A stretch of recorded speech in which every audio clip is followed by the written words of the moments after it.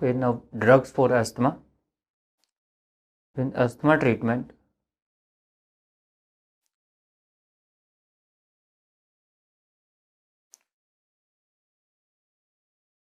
we are using two type of drugs. One is the drugs which are relieving the asthma symptoms. These are called as relievers. The second drug which are controlling the asthma, these are controllers. Now see, relievers means these are just relieving the symptoms. In asthma, it is due to hyperinflammatory response, there is bronchoconstriction. So basically relievers are providing the relief, symptomatic relief. So these are providing the symptomatic relief. These are providing the symptomatic relief. So these drugs are bronchodilators. These drugs are bronchodilator drugs. The first important is relievers are bronchodilators. Then controllers. Controllers are controlling the asthma. These are controlling the inflammation. These are controlling the inflammation. So these are anti-inflammatory drugs. These are anti-inflammatory drugs. These are not relieving the symptoms, but these are controlling the asthma. And in this we are using corticosteroids. The second important drug is corticosteroids. So mostly the patient of asthma can be managed by these two group of drug. One is bronchodilator and one is corticosteroid.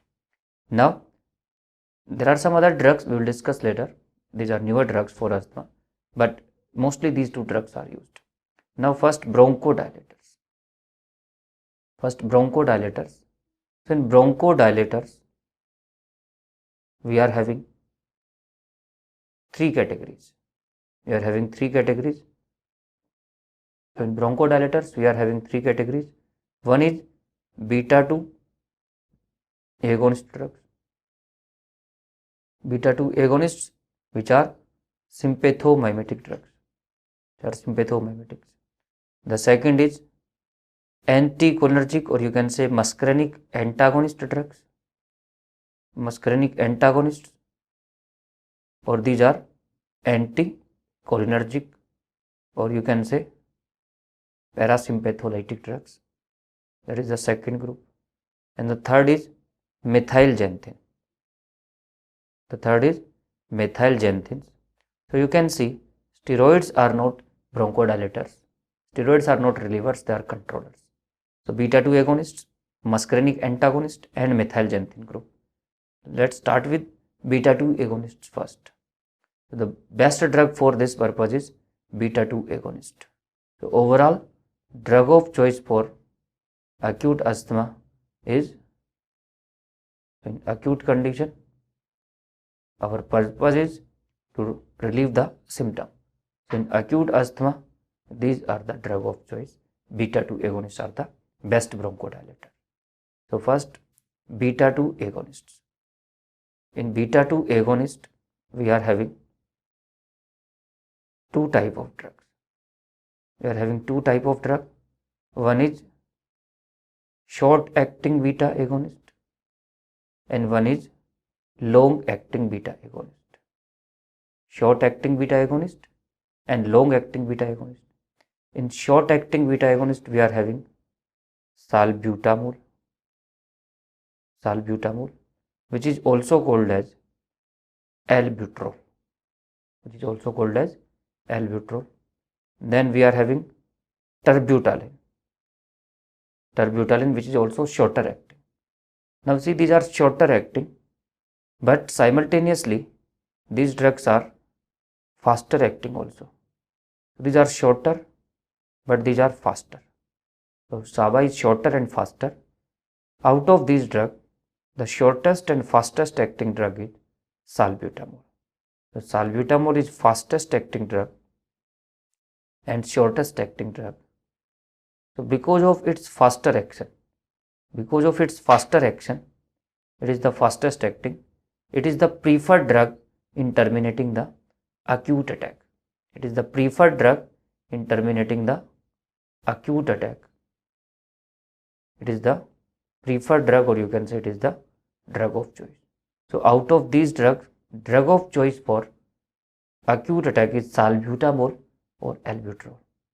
Otherwise these are faster acting and shorter acting. So because of short, they are not for chronic purpose. Now comes to long acting beta agonist. Long acting beta agonists are longer, but these are comparatively slower. These are longer, but these are comparatively slower. So which are the long acting beta agonist? In long acting beta agonist, we are having salmeterol, we are having salmeterol, we are having bambuterol, and we are having formoterol. So salmeterol, bambuterol and formoterol, these are long acting beta agonists, and these, because these are longer and slower, so these are not for good purpose. These are used in the prophylaxis. These are used for prophylaxis. But out of this drug, which is the longest is salmeterol. So best beta 2 agonist for prophylaxis is salmeterol, but it is not a drug of choice in prophylaxis of asthma. The best bronchodilator in prophylaxis is salmeterol, but formoterol is having the advantage of faster also. So now you can see formoterol is faster as well as it is longer.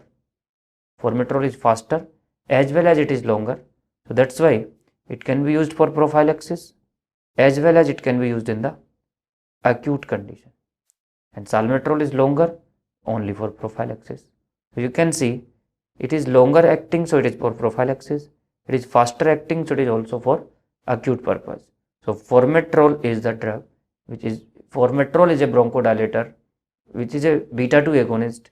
It is longer as well as faster. So it can be used in acute as well as prophylaxis. Important. So these two group of drugs are there. Then comes to what are the side effects of these drugs? What are the side effects of these drugs? Beta 2 agonist. The side effect of beta 2 agonist. Side effect of beta 2 agonist. So beta 2 agonist side effect. First you should know that these drugs are commonly used in inhalational. The best route is inhalational in asthma patient. So that's why the side effects are comparatively less via inhalational route, but they can be used via oral route. They can be used via injection, like terbutaline can be used subcutaneous injection. Subcutaneously terbutaline can be injected. So if we are using via oral or injectable, then the side effects are more. So in this route more side effect. In this route more side effect. In inhalational less side effect. So mostly we are using via inhalational route. So side effect profile is comparatively less. But still, what are the side effects associated with these drugs? So side effects most commonly you will see hand tremors are very common. Hand tremors are very common. So most common and earliest side effect is hand tremors. Very, very, very important. So most common side effect is hand tremors. Then comes to these drugs can cause tachycardia. These drugs can cause palpitations. So tachycardia, palpitation risk is there. Then these drugs can cause anxiety. These drugs can cause restlessness. These drugs can cause nervousness. So anxiety, restlessness, nervousness symptoms will be there by these drugs. Then these drugs can cause, because beta 2 receptor is then the liver gluconeogenesis, these drugs can cause this hyperglycemia. These drugs can cause hyperglycemia. But as I told you, these side effects are not common, only in the systemic route. So hyperglycemia. They can also shift the potassium intracellularly. So there is risk of hypokalemia. There is risk of hypokalemia. If regularly used, then these drugs can cause vasodilation and ankle edema. So beta 2 receptor on the blood vessels can cause vasodilation and can cause ankle edema because of the vasodilation. In inhalational, these drugs can cause throat irritation. These drugs can cause throat irritation because that particle can be deposited in the throat. So throat irritation can be seen, that is due to inhalational use only. It is not a basically side effect of systemic route, it is only due to inhalational. So you can see the common side effects are, the common side effect is hand tremors, that is important, but tachycardia, palpitation, restlessness, nervousness, anxiety, these side effects are mostly you will see are commonly seen. These are the common side effects. So mostly you will see these side effects only via inhalational route. But sometimes you will see hyperglycemia, hypokalemia, ankle edema. These are only because of the systemic. And regular use of these drugs is having tolerance property. Regular use of these drugs is having tolerance property. So regular use can decrease the effect of these drugs. Then comes to what? Then comes to what are the use of these drugs? What are the use of these drugs? So these drugs can be used in asthma. Definitely we are saying these are the very good drugs. These drugs can be used in COPD also, chronic obstructive pulmonary disease. These drugs can be used as uterine relaxants. These drugs can be used as uterine relaxants. So tocolytic agents. So these drugs can be used as tocolytics, especially these faster acting drug salbutamol, especially this salbutamol and terbutaline. So salbutamol and terbutaline can be used as tocolytics also. Salbutamol, terbutaline. So uterine relaxant effect, because beta 2 receptor is there in the uterus also, can cause the relaxation. So these are the main drugs for relievers. Then we are having muscarinic antagonist also. We are having the muscarinic antagonist or anticholinergic drug. Muscarinic antagonist or anticholinergic agent. In muscarinic antagonist or anticholinergic, we are having ipratropium bromide. Ipratropium bromide. So these are atropine group of drug. Ipratropium bromide and tiotropium bromide. Tiotropium bromide. So ipratropium and tiotropium bromide. These are anticholinergic drug. Now see, out of these drugs, ipratropium is faster but shorter. Ipratropium is faster and shorter. Tiotropium is slower, but it is longer. So ipratropium is faster and shorter. Tiotropium is slower and longer drug. Because of that, for COPD patient, because anticholinergics are very good drug in COPD. These are best bronchodilator for COPD. In COPD, these are the best bronchodilator. These are the drug of choice. But out of these two drugs, which is the preferred drug? The preferred drug is tiotropium, because COPD is the chronic condition. So for prophylaxis, tiotropium is the preferred drug. It is preferred in COPD. So in COPD, out of these drugs, which is the preferred drug? The preferred drug is tiotropium. Ipratropium is faster. Ipratropium is faster. That's why it can be used in acute condition. It can be used in acute conditions. So even it can be used during asthma patient. It can be used during asthma patient. It can be used during asthma patient. So out of anticholinergic, ipratropium is commonly used in asthma patient in acute condition because of its faster nature. So that is important. So in asthma, it is faster and it can be used for acute condition, ipratropium. But both are used in COPD. Preferred in COPD is tiotropium because of its longer action. Then comes to what are the side effects of these drugs? What are the side effects of these drugs? Ipratropium, tiotropium, again these are used via inhalational route. These are used via inhalational route, so side effect profile is comparatively less. Both these drugs are semi-synthetic drug. Both these drugs are semi-synthetic drug, and because of that these are comparatively more selective. See, natural compounds are less selective, semi-synthetic is comparatively more selective, pure synthetic is highly selective drugs. So these are semi-synthetic drugs and these are more selective, so side effects are comparatively less, but still dry mouth, constipation, retention of urine, and blood vision. These are anticholinergic symptoms. So these side effects are reported with these drugs. The most common overall is dry mouth. Most common overall is dry mouth by these drugs. So you can see these are the anticholinergic side effect. And what are the use of these drugs? What are the use of these drugs? So that we already discussed. The use of these drugs is, these drugs are used in COPD, preferred drug in COPD. These drugs can also be used in asthma patient. In COPD and asthma patient, we are using these drugs. Now see, in some conditions, ipratropium is preferred over salbutamol. Like if a patient during labor you can't give beta blocker, then you have to give anticholinergic like ipratropium in asthma attack. So that is important. So in asthma attack during labor, it is the preferred drug. During labor, it is the preferred drug in asthma attack. So important. Then comes to the third group of drug, and the third group of drug is methylxanthine. The third group of drug is methylxanthine. In methylxanthine we are having aminophylline. Aminophylline is parenteral. Aminophylline is parenteral drug.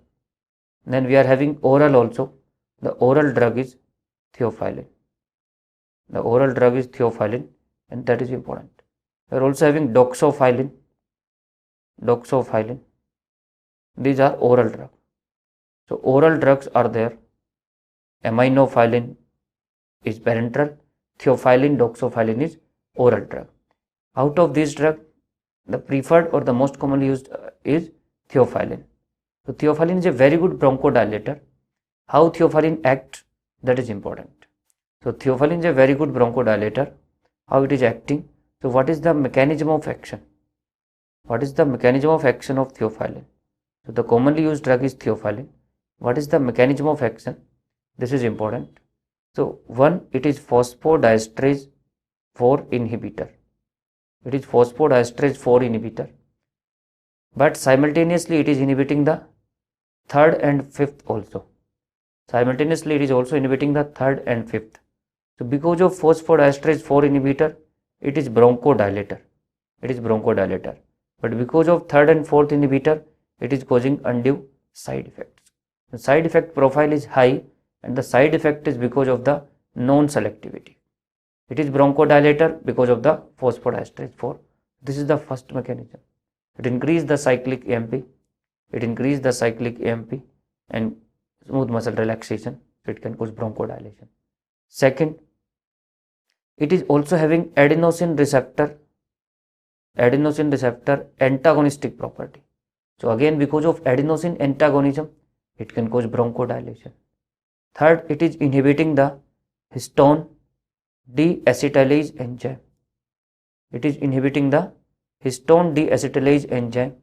So histone deacetylase enzyme inhibitor, it can control the inflammation. It can control the inflammation. It is having anti-inflammatory. It is also having inhibiting the calcium entry. Inhibiting the calcium entry. By inhibiting the calcium entry, it can relax the bronchus and it can have the bronchodilation effect. So it is bronchodilator. Adenosine receptor inhibitor is bronchodilator. Now, so it is bronchodilator. It is bronchodilator, and this is anti-inflammatory effect. One more action is seen, that it is increasing the mucociliary clearance. It is increasing the mucociliary clearance. So increasing the mucociliary activity. So mucociliary clearance, so ciliary activity is increased, clearance will be faster, so it can be also help in asthma patients for this purpose. So that's why you can see mechanism wise it's a very good drug. Mechanism wise it's a very good drug. But what is the issue? The issue is, as we are saying, it is non-selective. So because of its non-selectivity, you can see it will cause the side effect. It will cause the side effect. A new drug is available, roflumilast. Roflumilast. Roflumilast is pure phosphodiesterase 4 inhibitor. It is pure phosphodiesterase 4 inhibitor. That's why it does not have these side effects. So no side effect of theophylline seen with roflumilast. So it's a pure phosphodiesterase 4 inhibitor drug. It is important drug, and that is very important in the COPD. Then comes to what are the use of these drugs? The use of these drugs, theophylline is mainly used. It can be used in COPD. It can be used in asthma patient. One more important is it has been used in apnea treatment. So it is for treatment of apnea in newborn. The treatment of apnea in newborn patients. So when the newborn is in apnea, we have to use this drug. So that is during prematurity. During prematurity, you will see that newborn will be in the apnea, and it's a very good drug, aminophylline, theophylline. Now, as I told you, these are the use of the drug. These are the use of this drug.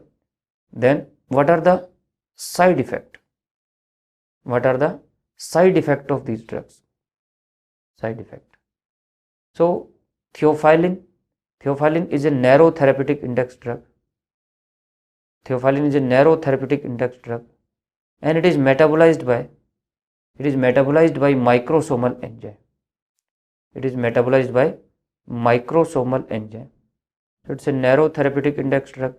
It is metabolized by microsomal enzyme. It is having microsomal enzyme. It is having microsomal enzyme metabolism. So that we discussed.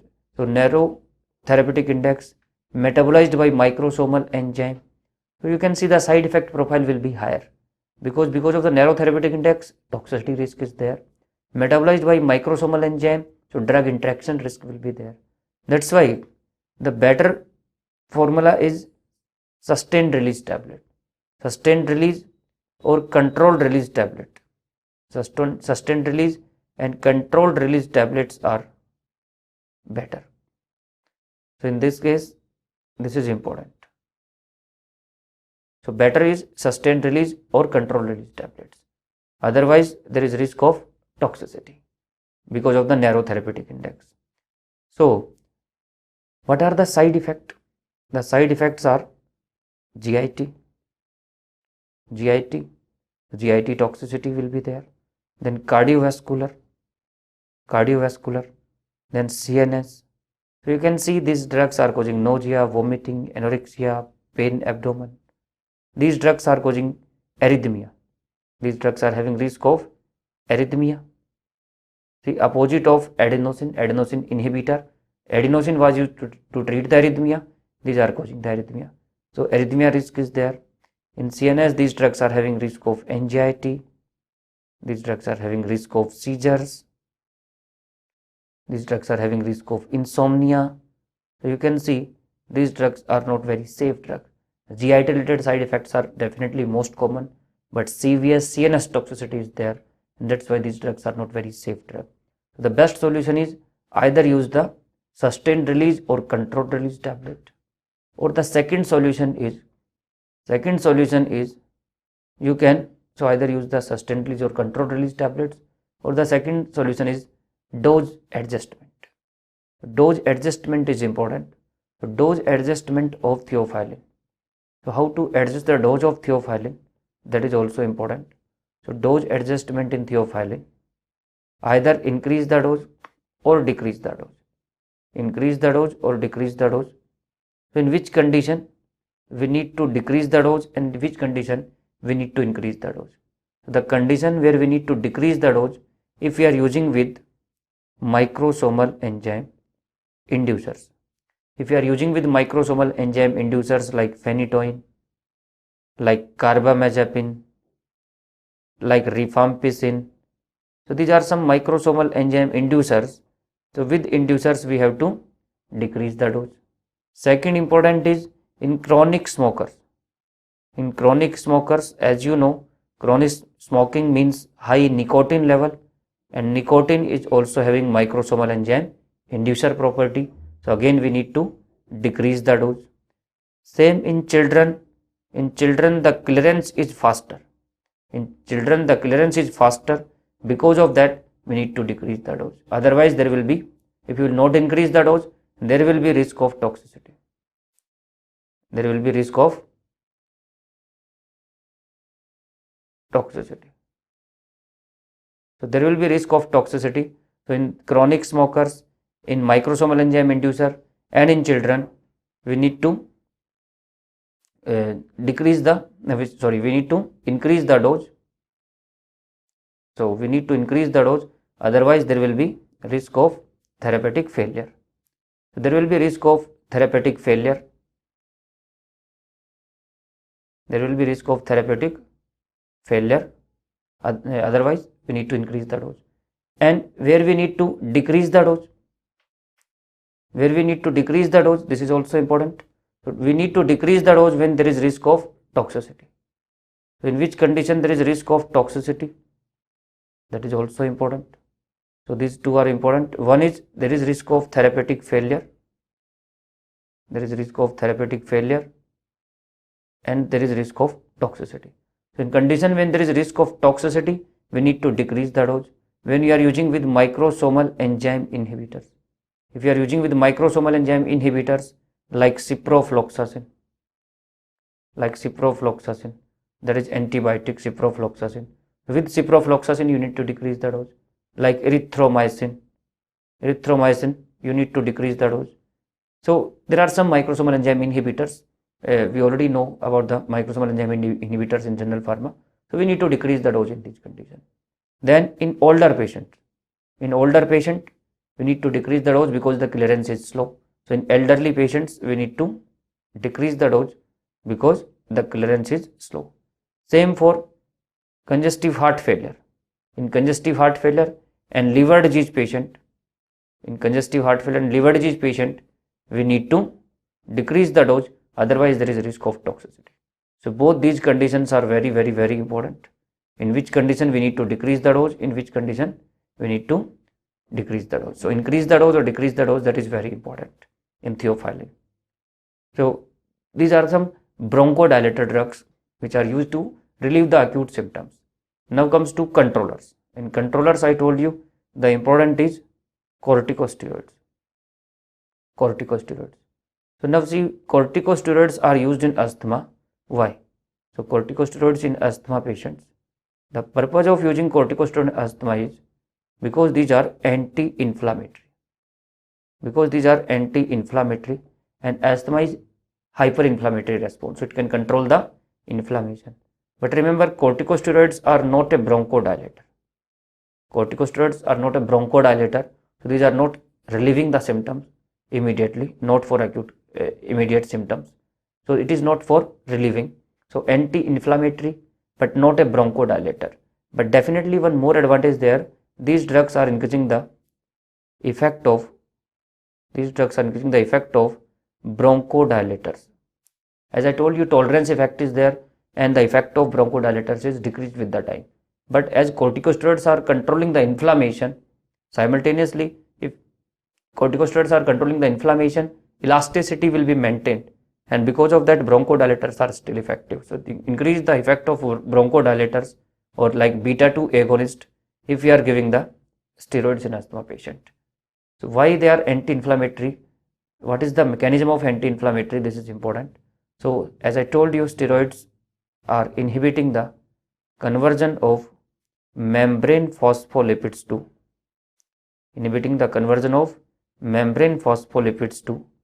arachidonic acid. Because these drugs are inhibiting the phospholipase A2 enzyme. By inhibiting these drugs can decrease the arachidonic acid production. If decrease the arachidonic acid production, these drugs will decrease the leukotrienes production, and these drugs will decrease the prostaglandins production. So you can see leukotrienes are less, prostaglandins are less, and that's why they can avoid the bronchoconstriction. Can control the acute inflammation. So very good anti-inflammatory drug. So this is the mechanism of action, phospholipase A2 inhibition. Now, what is the role of steroid? Steroids are used in asthma for 3 conditions. So steroids in asthma, first is inhalational corticosteroids. inhalational corticosteroids are used. The purpose is in chronic asthma patient. The purpose is chronic asthma patient. And why we are using in chronic asthma patients? To avoid the risk of bronchoconstriction. So it is used as prophylaxis. It is used as prophylaxis and it is the drug of choice. It is the drug of choice. In chronic asthma patient, for prophylaxis, what is the best drug? That is inhalational corticosteroids. Very important. So don't be confused between long-acting beta-2. They are not drug of choice for prophylaxis. Drug of choice for prophylaxis is inhalational corticosteroid. So this is the first role of steroid. Which are the inhalational corticosteroids? We are having beclomethasone. We are having beclomethasone. Then cyclosonide. Then budesonide, flunisolide,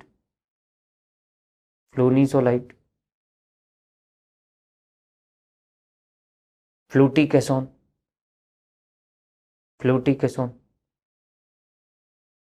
mometasone, triamcinolone.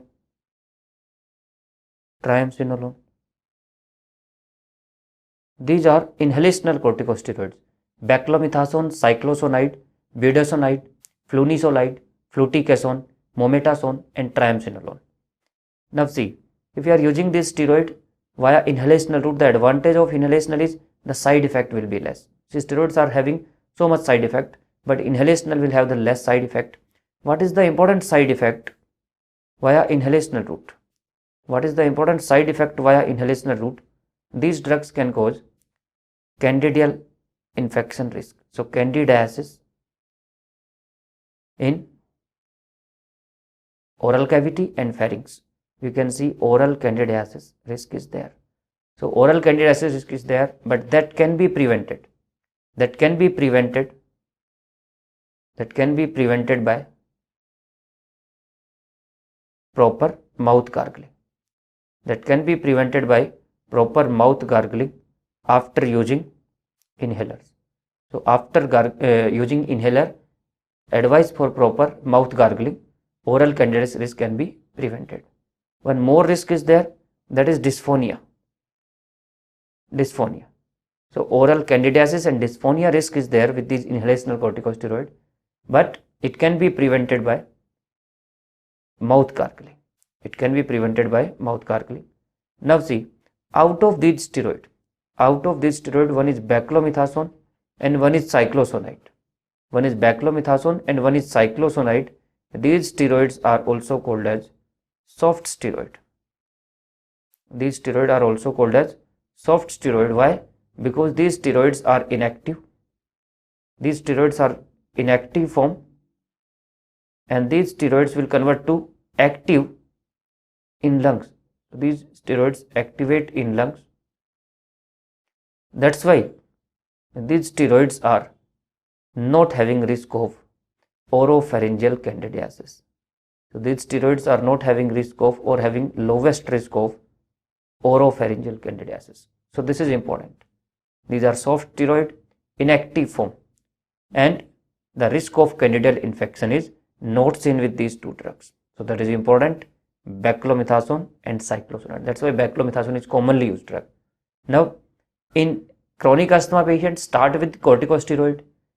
If condition is not improved, if there is patient is having symptoms, then you can also use the beta-2 agonist simultaneously. So long-acting beta-2 agonist and steroids are available in combination. They can be given alone steroid or steroid with long-acting beta-2 agonist. Then comes to the second role of steroid. The second is oral steroids, oral corticosteroid.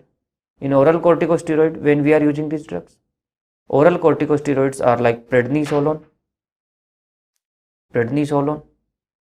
and methylprednisolone.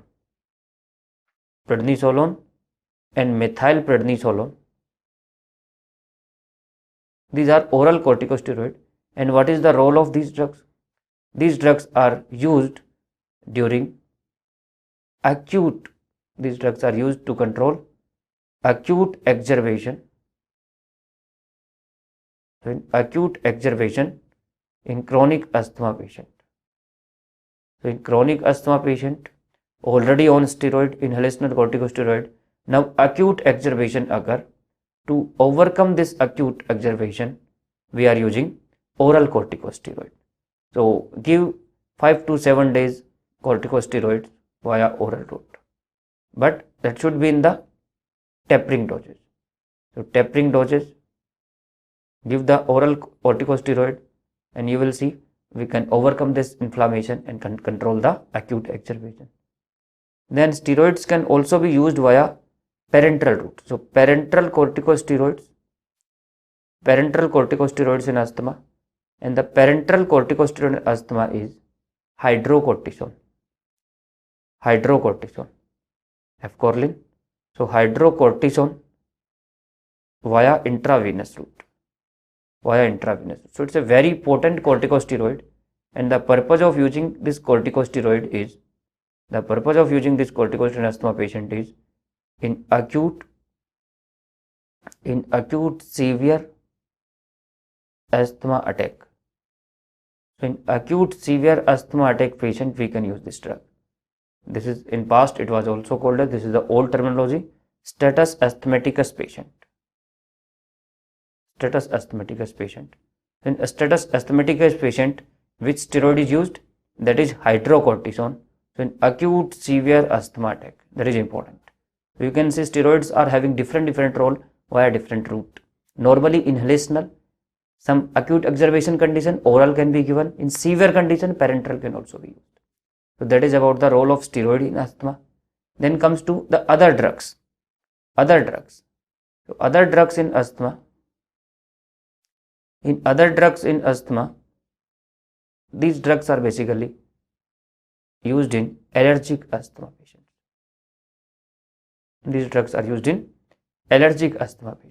So these are basically anti-allergic drug.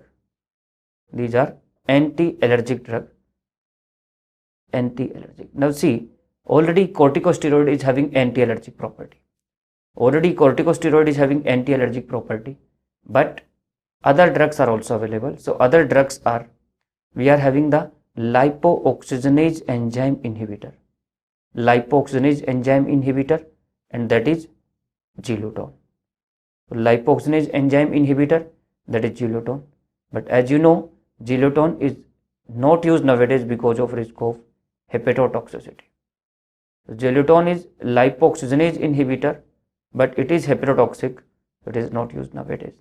So this is one of the drug. Then you can give mast cell stabilizer. You can use mast cell stabilizer. Mast cell stabilizers are stabilizing the mast cells. So these drugs are inhibiting the degranulation of mast cell.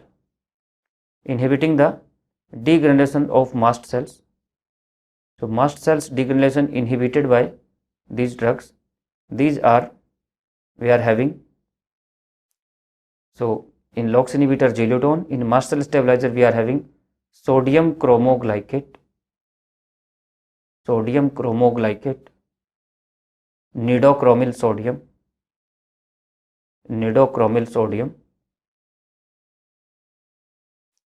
ketotifen. Ketotifen is overall best drug because ketotifen is having additional antihistaminic activity. So ketotifen, which is having additional antihistaminic activity, so it is better drug out of this drug. In mast cell stabilizer we are having sodium chromoglycate, nidochromyl sodium, and ketotifen. Ketotifen is having additional antihistaminic activity. That's why it is the preferred drug. These are inhibiting the degranulation of the mast cell. So these are inhibiting the release of histamine and leukotrienes. If histamines and leukotrienes are not released, so inhibiting the histamine and leukotrienes release. If histamine and leukotriene release is inhibited, bronchoconstriction can be prevented. Then comes to the next group of drug. Nowadays we are having leukotrienes receptor antagonist. leukotriene receptor antagonist. In leukotriene receptor antagonist, these are very potent drug. We are having montelukast, we are having montelukast, we are having gefirlukast, iralukast. These are leukotriene receptor antagonist, and you can see these are highly potent drug. What is the role of these drugs? These drugs are again directly inhibiting the leukotriene receptor, so these drugs can inhibit or can avoid the bronchoconstriction, so these drugs can also be used. These are comparatively very safe drug, but one side effect reported with this drug, that is vasculitis, and that is called as Churg-Strauss syndrome. Churg-Strauss syndrome. So Churg-Strauss syndrome seen with this drug, it has been asked that the side effect of leukotriene receptor antagonist, that is Churg-Strauss syndrome. In this there will be vasculitis. And eosinophilia. So vasculitis and eosinophilia seen with these drugs. Otherwise these are quite safe drugs. Then comes to last drug of this group. We are having the antibodies against IgE. And that is omalizumab. So omalizumab is monoclonal antibody. You can see it's a monoclonal antibody against IgE, and that is for resistant cases. That is in resistant cases we can use. So in resistant cases we can use, otherwise it is having high toxicity. It is having cardiac toxicity, as well as it is having liver toxicity. It is also toxic drug omalizumab, so only for the resistant cases it is approved. Now you can see these newer drugs like IgE antibodies, omalizumab, then leukotriene receptor antagonist, then mast cell stabilizers and LOX inhibitors. These all drugs, including corticosteroids, these are having very good anti-allergic mechanism. That's why all these drugs are used for allergic asthma. All these drugs are used in allergic asthma, and not only for asthma, these drugs can be used in allergic rhinitis, allergic sinusitis, allergic conjunctivitis. So basically these drugs are for allergic conditions. So anti-allergic drugs for allergic condition, these are preferred in these conditions. But still drug of choice is corticosteroid. Drug of choice for allergic asthma, allergic rhinitis, corticosteroid is the overall best drug. But these newer drugs are available. These all drugs can be used as prophylaxis. In asthma, prophylaxis in rhinitis. You can avoid the trigger. So that is the important about these newer drugs. So these are also very important drugs, but only for prophylaxis, not for acute attack. So in acute attack, drug of choice in acute asthma, then bronchodilator, beta 2 agonist, short acting faster salbutamol. In chronic, for prophylaxis, best is inhalational corticosteroids. So that is all about the asthma drugs.